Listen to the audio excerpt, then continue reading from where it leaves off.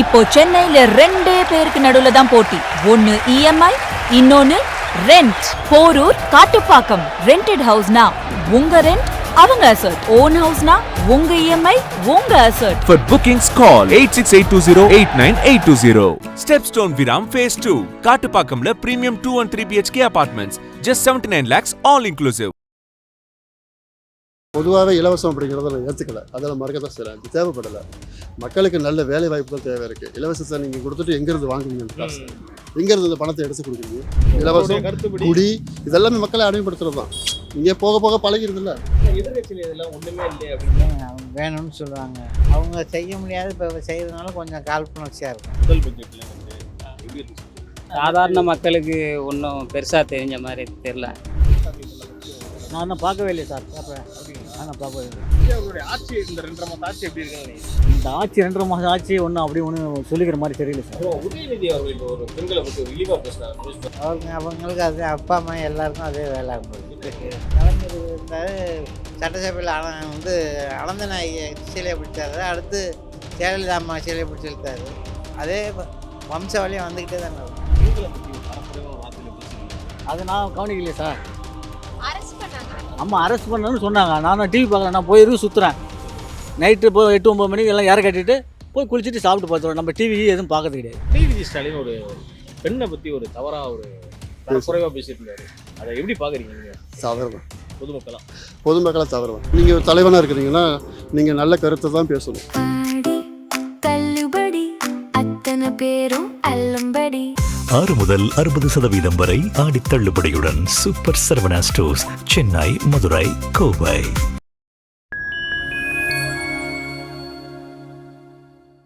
இப்போ சமீபத்தில் உதயநிதி ஸ்டாலின் ஒரு பெண்ணை பற்றி ஒரு தவறாக ஒரு குறைவாக பேசிட்டு இருந்தாரு. அதை எப்படி பார்க்குறீங்க நீங்கள்? சாதாரணம். பொதுமக்களாக சாதாரணம் பேசக்கூடாது, தவறு. ஒரு எதிர்கட்சி தலைவராக ஒரு மாண்பு ஒரு பதவியில் இருக்காரு. அப்பேற்பட்டவரே இப்படி பேசுறதுன்றது சாதாரணம். எப்படி பார்க்குறீங்க? அது அரசியலில் அது இன்னும் இருக்க சின்ன பிள்ளைகளை வழி நடத்துறது தவறான கட்டத்தில் பேச்சுகள் தவறாக இருக்குல்ல, அது தவறு. ஆமாம். இப்போ நீங்கள் ஒரு தலைவனாக இருக்கிறீங்கன்னா நீங்கள் நல்ல கருத்தை தான் பேசணும். அப்போ தான் உங்களுக்கு பின்னாடி வர பிள்ளைகள் அதை பார்த்து நல்ல கருத்து, நல்ல அரசியல். இப்போ இது எப்படி இருக்குது பார்த்தீங்களா? இந்த அரசியல் அப்படிங்கிறது இப்படி தான் பேசிக்குவாங்க அப்படின்ற மாதிரி ஆயிடுது. அது தப்பு. இல்லை, நான் என்ன கேட்குறேன்னா, என் அப்பாவும் முதலமைச்சராக இருந்திருக்காரு, ஒரு தாத்தாவும் முதலமைச்சராக இருந்திருக்காரு. அவர் இன்னும் பண்படலை. இனியாச்சும் பண்படுவோன்ற நம்பிக்கை இருக்கு. வர காலங்களில் அவருக்கு இந்த மாதிரி கிடைக்கக்கூடிய அனுபவத்தை வச்சு ஒரு மனுஷன் தானாதாலே பண்படணும், சொல்லிக் கொடுக்க முடியாது இல்லையா? பண்படுவார் கண்டிப்பாக. உதயநிதி அவர்கள் இப்போ ஒரு பெண்களை பற்றி ஒரு இழிவாக பேசுறாங்க.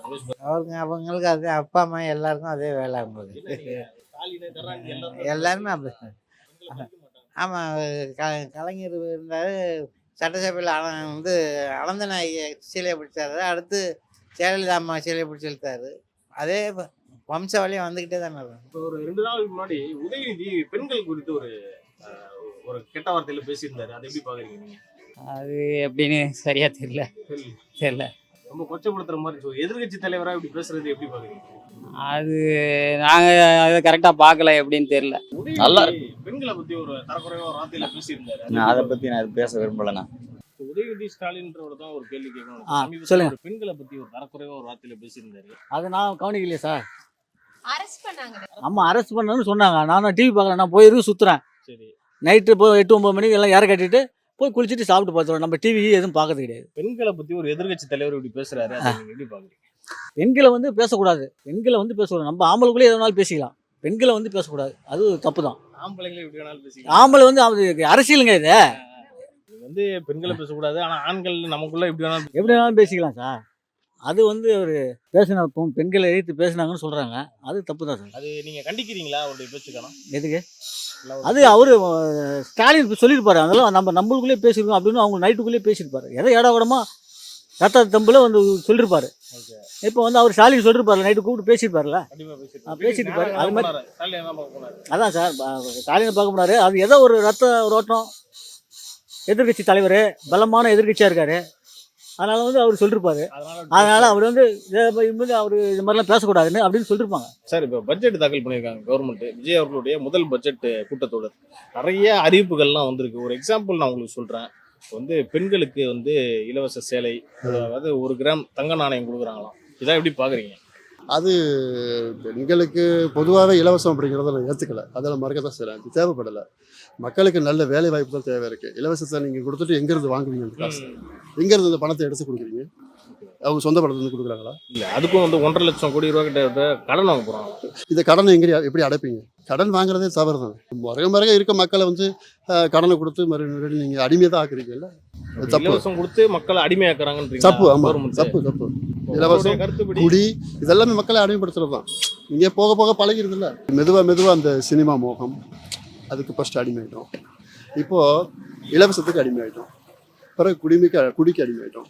இப்போ நம்ம என்னதான் பண்ண போகிறோம்? எல்லாம் இப்படி வாங்கிக்கிட்டு இப்போ நம்ம எப்போ சொந்த நாட்டு மக்களை வச்சு, சொந்த நாட்டு மக்களை உற்பத்தியில் ஆள்படுத்தி, சொந்த நாட்டு மக்களை உற்பத்தியில் ஆழ்த்தி அதில் கொடுக்கணும். கடன் வாங்குறத விட வேலை கொடுக்கணும், வேலை வாய்ப்பு உருவாக்கணும், அதில் 10 ரூபா கொடுக்கணும். அப்போ தான் மக்களும் வளருவான், நாடு வளரும், மக்களும் முன்னேறுவான். அப்படிதான் இருக்கணும். அதுதானே வளர்ச்சி. இது வளர்ச்சின்னு எப்படி சொல்லுவீங்க? கடன் வாங்கி வளர்ச்சி அடைய முடியாது. தவறு. முதலமைச்சர் விஜய் அவர்களுடைய முதல் பட்ஜெட் தாக்கல் பண்ணாங்க, பாத்தீங்களா? எனக்கு எப்படி இருந்துச்சு? என்னென்ன அறிக்கை அது உங்களுக்கு பிடிச்சிருந்துச்சா இல்லையா? நல்ல பட்ஜெட்டு நல்லா இருக்கு. அரசு வந்து நல்லா செய்கிறாங்க. பட்ஜெட் நல்ல வரவேற்கத்தக்க பட்ஜெட். பள்ளி மாணவர்கள் நிறைய திட்டம் கொடுத்துருக்காங்க. பொதுவாகவே சைக்கிள் வந்து கடந்த ஆட்சியெல்லாம் கொடுப்பாங்க. ஆமாம் ஆமாம். இந்த வாட்டி எப்படின்னா ஸ்போர்ட்ஸ் சைக்கிள் ஹெல்மெட் போடுறோம். ஹெல்மெட்டோட அப்புறம் பாட்டிலும் கொடுக்குறாங்க, தண்ணி பாட்டில். ஆமாம், இதெல்லாம் எப்படி? அதெல்லாம் நல்லதுதான் செய்கிறாங்க. எல்லாமே நல்லது செய்கிறாங்க, நல்லா இருக்குது. ஆனா எதிர்கட்சியில இதெல்லாம் ஒண்ணுமே இல்லை அப்படின்னு இல்லைங்க, அவங்க வேணும்னு சொல்லுவாங்க. அவங்க செய்ய முடியாது, இப்போ செய்யறதுனால கொஞ்சம் காழ்ப்புணர்ச்சியாக இருக்கும். முதல் பட்ஜெட்ல எனக்கு எப்படி இருந்துச்சு? சாதாரண மக்களுக்கு ஒன்றும் பெருசாக தெரிஞ்ச மாதிரி தெரில. சாதாரண மக்களுக்கு இது செய்யலன்றீங்களா? ஆ மாணவர்கள்லாம் பல திட்டங்கள் கொடுத்துருக்காங்க. இந்த அண்ணன் சீரு, மாமன் சீரு எல்லாம் கொடுத்துருக்காங்க. அதெல்லாம் எப்படி பாக்குறீங்க? அது இன்னுமா வந்தால் தான் தெரியும் அப்படிங்கிறது.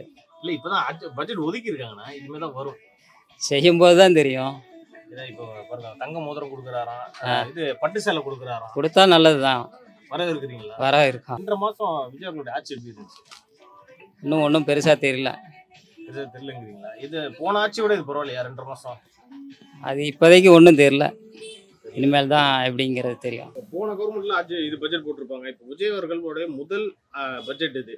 அவர் எப்படி பாக்குறீங்க? இவர் வந்து சிறப்பா பண்ணுவாருன்னு ஒரு நம்பிக்கை இருக்கா உங்களுக்கு? நம்பிக்கை எப்படி சார்? அவருக்கு எக்ஸ்பீரியன்ஸ் அவருக்கு எக்ஸ்பீரியன்ஸ் இல்லை, பட் கூட இருக்கவங்கலாம் எல்லாம் பண்ணுறாங்க. அந்த வகையில அந்த வகையில் அதே மாதிரி பெண்களுக்கும் நிறைய திட்டங்கள் கொடுத்துருக்காரு. இப்போ மாமன் சீர், அண்ணன் சீர்னு சொல்றாரு. ஒரு அதெல்லாம் அது எல்லாமே செய்கிறது தான். பட் இவர் வந்து செய்கிறது புதுசு இல்லை, செஞ்சிருக்காரு, நல்லா செஞ்சிருக்காரு, கொடுத்துருக்காரு. நல்ல பட்ஜெட் தான். ஓரளவுக்கு இப்போதைக்கு என்ன இருக்கோ அது அந்த மாதிரி போட்டிருக்காங்க. அது பட்ஜெட் அந்த அம்சங்கள் எது உங்களுக்கு பிடிச்சிருந்துச்சு? பசங்களுக்கு செஞ்சதெல்லாம் பிடிச்சிருக்கு. இது இந்த சைக்கிள். ஆமாம், சைக்கிள் எல்லாமே இந்த ஸ்டூடெண்ட்ஸ்க்கு கொடுத்தது எல்லாமே நல்லா இருக்குது. இது வந்து சாதாரண மக்களுக்கெல்லாம் உதவியா இருக்கும்னு நினைக்கிறீங்களா? கட்டாயமாக தான் இருக்கும். தாக்கல் பண்ணதை பற்றி உங்களுடைய நான் இன்னும் பார்க்கவே இல்லை சார் பேப்பரை. அப்படிங்களா? நான் பார்க்கவே இல்லை. விஜய் அவர்களுடைய முதல் பட்ஜெட் இது. ஆ, முதலமைச்சராகி பட்ஜெட் தாக்கல் பண்ணியிருக்காங்க. அது எப்படி பாக்குறீங்க? நமக்கு ஒன்றும் தெரியாது சார், நான் பேப்பர் எதுவும் பார்க்கலையே. பெண்களுக்கு வந்து இப்ப 1 கிராம் தங்க நாணயம் கொடுக்குறாரு. அப்புறம் புதுசா கல்யாணம் ஆகிற பெண்களுக்கு வந்து பட்டு புடவை கொடுக்குறாரு. இதெல்லாம் எப்படி பாக்குறீங்க? அது வந்து கொடுக்குறாருன்னா ஒன்று என்ன பட்ஜெட் என்ன பட்ஜெட் என்ன தாக்கல் பண்ணலையே. இல்ல, தாக்கல் பண்ண இன்னும் யாரும் பண்ணிட்டாலும் இன்னும் யாருக்கும் நடைமுறைக்கு வரலையே. நடைமுறைக்கு வரும்போது நம்ம சொல்லலாம் விஜய் ஆட்சி பரவாயில்ல, நல்லா நடத்துறாரு அப்படின்னு சொல்லலாம். ஓகே, அப்ப இதெல்லாம் வந்து பேருக்கு என்ன பண்றாங்கன்றீங்களா? எது இல்ல, இந்த பட்ஜெட் தாக்கல் பண்ணிருக்காங்க சார். இது வந்து நடைமுறைக்கு வந்தால் யாருக்காவது ஒரு ஆள் கொடுத்தா தான் சார் மக்கள் நம்புவோம். அது டைம் எடுக்கும். இன்னும் ஒரு 3-4 மாசம் டைம். அது ரைட்டு. அப்புறம் வருஷத்துக்கு 6 சிலிண்டர் கொடுக்குறேன்னு சொன்னார்ல, அது இன்னும் அறிவிக்கலையா? அதே மாதிரி இன்னொரு விஷயம் 2500 ரூபா கொடுக்குறேன்னாரு. 2500 கொடுக்குறாரு, அது இன்னும் கொடுக்க முடியல. கஜனா காலின்னு சொன்னாரு. ஸ்டாலின் ஆட்சியில் வந்து கஜனா காலின்னு சொன்னாரு. அப்போ திரும்பி அவர் அறிவிச்சார்ல, தீபாவளி பொங்கலுக்கு 3000 போட்டுவிட்டேன், இப்போ வந்து 5 மாத காசை வந்து எலெக்ஷன் முன்னாடி 5000 போட்டுவிட்டேன், கணக்கு எழுதி வச்சுருக்கேன் பாரு, பையில் எடுத்து பாருன்னு சொன்னார்ல ஸ்டாலின். ஒரு 6 மாசம் நம்ம டைம் கொடுக்கலாம்ல. ஆமா. அப்புறம் விஜய் அவர்கள் செய்வார்ல, அது எப்படி சொல்றீங்க? எப்படி விஜய் வந்து 6 மாதம் டைம் கொடுக்கலாம்ல? ஒரு டைம் தான் கொடுத்துருவாங்க சார். நேற்று கூட வந்து சட்டசபையில் யாருமே ஒன்று உதயநிதி ஸ்டாலின் எதுவுமே பேசலையே, அப்படியே பொம்மை மாதிரி உட்காந்து தானே வந்தாரு. ஆடு அறிவிச்சிருக்காரு, மாடும் அறிவிச்சிருக்காரு. அப்புறம் வீடு இல்லாதவங்களுக்கு வீடு தரேன்னு சொல்லியிருக்காரு. அதெல்லாம் எப்போ தாக்கல் பண்ணுறது? பட்ஜெட்ல செஷன் தாக்கல் பண்ண சொல்லியிருக்காரு. மாசம் நடைமுறைக்கு வருது, 3-4 மாசம் ஆயிரும். அது வரைக்கும் நம்ம பொறுக்கணும். அதான் வந்து அந்த இல்லாதப்பட்டவங்களுக்கு கொடுக்குற மாடு வச்சிருக்கவங்களுக்கு கொடுக்குறாங்களா, இல்லை கட்சிக்காரங்களா பார்த்து கொடுக்குறாங்களா, இல்லை ஆடு மாடு இல்லாதவங்களுக்கு கொடுக்குறாங்களா, அது தெரியணும்ல. அது வரும். நீங்க அது 3 மாசம் ஆகும். நீங்க அது வரைக்கும் வெயிட் பண்ணுங்க. ம். நீங்க சொல்ற பேச்சுக்கு வந்து நம்ம 3 மாசத்துக்கு அப்புறம் தான் பதில் கிடைக்கும். ம். அது வரைக்கும் நம்ம பொறுத்து இருந்து பார்ப்போம். இது வரைக்கும் அவர் கொடுத்ததை நீங்க வரவேற்கிறீங்க. ஆமா. இன்ன வரைக்கும் நீங்க இவர் சொல்லியிருக்காரு சார். இப்போ அவரு இப்போ சொல்லியிருக்காரு, நடைமுறைக்கு வரல. 2500 சொன்னாரு, இது 1000 தான் வந்திருக்காரு. அப்பயே ஸ்டாலின் சொன்னாரு, நீ 2500 இப்போ உன்னால முடியாது, 1000 ரூபாய் போடுப்பா முதல்ல, பசி இலவசம் இருக்கிற மாதிரி இருக்கட்டும்னு சொன்னார். உங்க வீட்ல 1000 வாங்குறாங்களா? 1000 வாங்குறாங்க சார். வீட்டுக்காரமா? வாங்குறாங்க. 2500 உங்க அம்மா உங்க வீட்டுக்காரமா வெயிட் பண்ணிட்டு இருக்காங்க. வாங்க. 2500 தான் வருது. அவ கட்சிக்காரி, எந்த கட்சி? அவ விஜய் கட்சி தான். அப்படியா? ஆமா, நான் திமுக காரன். திமுக. ஆமா, பரம்பரை திமுக காரன். எந்த விரும்பம் வந்து இல்லை, நம்ம அரியலூர் மாவட்டம். அரியலூர் சிவசரத்தங்குடி சிவசங்கர் இருக்கார்ல, எம்எல்ஏ அவர் தான். எம்எல்ஏ அவர் தான். அவர் தொகுத்தார். விஜய் அவர்கள் வந்து அவங்க குடும்பத்துக்கிட்ட வந்து யார்கிட்டயுமே வந்து பேச்சுவார்த்தையில் இல்ல அப்படின்ற மாதிரி சொல்லிட்டு இருந்தாங்க. இப்போ வந்து அவரோட பையன் வந்து ஒரு இன்டர்வியூல வந்து அப்பா அப்பான்னு அவரை பத்தி பேசியிருக்காரு. சோ அதை பத்தி என்ன நினைக்கிறீங்க? வரவேற்கத்தக்க நல்லா சேரட்டும், ஒன்றா இருந்தால் நல்லது தானே. அதாவது மையம் வந்து அப்பாவோட சேர்ந்து இருக்கிறது நல்லது. அதை பற்றி ஒன்றும் பிரச்சனை இல்லை, நல்லா இருக்கு. அது உதயநிதி அவர்கள் வந்து ரொம்ப நாளா வந்து அப்பாவை காணோம், செங்கல்பட்டு கோர்ட்டுல அப்பாவை காணோம் அப்படின்ற மாதிரி நிறைய வார்த்தைகள், நிறைய விமர்சனங்களை வந்து வச்சிருந்தாங்க. சோ அதை எப்படி பாக்குறீங்க? அதே அவங்க பேச தெரியாமல் பேசிக்கிட்டு தான் நம்ம என்ன பண்ணுவோம். அதாவது அப்பாவை காணணும்னு யார் சொல்கிறது? அவங்க அப்பாவை காணணுங்கிறதா, இவங்க அப்பாவை காணாமங்கிறதா? விஜய் அவர்கள் வந்து அவங்க குடும்பத்தை யார்கிட்டயும் வந்து பேசுறது இல்ல அப்படின்ற மாதிரி சொல்லிட்டு இருந்தாங்க. குடும்பத்து கூட பேச்சுவார்த்தை இல்ல அப்படின்னு உதயநிதி அவர்களுமே செங்கல்பட்டு கோர்ட்டுல அப்பாவை காணோம் அப்படின்ற மாதிரி நிறைய சொல்லியிருந்தாங்க. இப்போ வந்து விஜய் அவர்களுடைய பையன் வந்து அப்பா அப்பான்னு சொல்லி ஒரு இன்டர்வியூல வந்து பேசியிருக்காரு. சோ அதை பத்தி என்ன நினைக்கிறீங்க? உண்மையாலுமே நல்ல பையன். அவங்க அப்பா மாதிரி அவனும் இருக்கான். அவங்க அப்பாக்கிட்ட அவரும் பேசாமல் இல்லை. 82 வயசு ஆச்சு அவருக்கு. எஸ்ஐ சென்சார் அப்போதும் தெரியும் எனக்கு. ஆமாம், நல்லா தனிப்பட்ட முறையில் பேசுறீங்களா நீங்க? தனிப்பட்ட முறையில் என் ஒய்ஃபினுடைய ஸ்டூடெண்ட் அவன். அது விஜய் அவர்களை பாத்துருக்கீங்களா? மீடியாவில் பார்த்ததில்ல, அதுக்கு முன்னாடி பார்த்துருக்கேன். பாத்துருக்கீங்க. இது நீங்க சொல்ற ஒரு பாலு 86 87 அந்த சின்ன வயசுல இருக்கிறப்ப எஸ்எல்சி பண்ணும்போது ஓகே, அப்பலாம் வந்து விஜய் சாரோட நேச்சர் எப்படி? இதே மாதிரி தான் இருப்பார். ஒன்றும் அமைதியா தான் அமைதியாக இருப்பார். இப்ப எப்படி இருக்காரோ அந்த மாதிரி தான் அப்பயும் ஆமாம், அமைதியா அமைதியாக இருக்காரு. இருப்பார். So, அவர் வந்து அரசியலுக்கு வந்ததுக்கு அப்புறம் வந்து அவர் இந்த மாதிரி எல்லாம் வந்து ஸ்டேஜ்ல எல்லாம் பேசியிருப்பார்ல. சோ அதெல்லாம் வந்து நீங்க அப்ப எதிர்பார்த்தீங்களா? நாங்கள் எதிர்பார்க்கல. பட் இப்போ பேசுறது வந்து அப்படியே அப்படியே தான் இருக்குது பேசுறது. ஓகே எனக்கு பேச முடியாத நிலைமை. எனக்கு இது ஸ்ட்ரோக் வந்துச்சு, ஓகே அதனால பேச முடியல. Okay okay.